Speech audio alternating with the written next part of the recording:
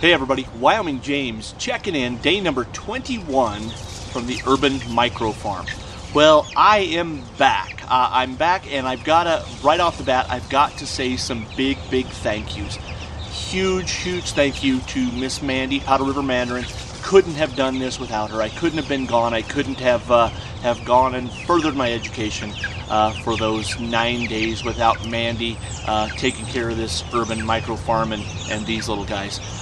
Dawson, he did a great job of shooting and editing those videos. That was short notice for him, and he embraced that. So Dawson, thank you. The grandmas, Grandma Dana, Grandma Marianne, thank you girls so much for helping out with the midday feedings and the midday waterings of these birds. So thank you all very much for that. I love you all.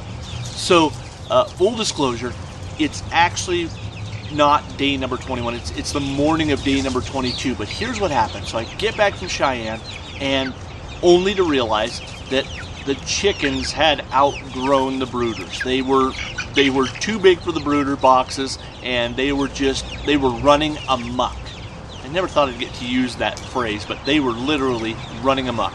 So I made an executive decision. I said, Mandy, these birds are done being in the brooders. They've got to go out into the tractor in the garden for now, just until. So yesterday was a Thursday. Today's a Friday.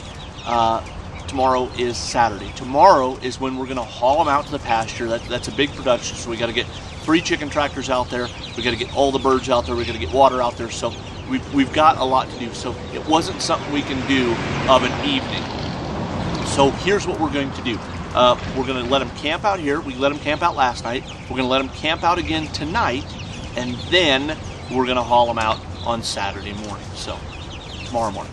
Anyway, so I'll tell you what, they spent their first night out here. So by the time we got them all out of the brooders out here, it was bedtime. We got the waterers, we got the feeder up, and they were all starting to settle in for the evening. They got big full props on them, and they just bedded down. So it was too late. It was getting too dark to shoot a video. So I made the commitment to come out right off of that first thing this morning and shoot a video. So here we are. So the birds are doing well. I get back from Cheyenne, and I am nothing but impressed with how large these birds are. I mean, they're over a pound now. At 21 days, they're over a pound. I bet some of them are 1.5 pounds. They're probably averaging about 1.25 pounds. So that's awesome.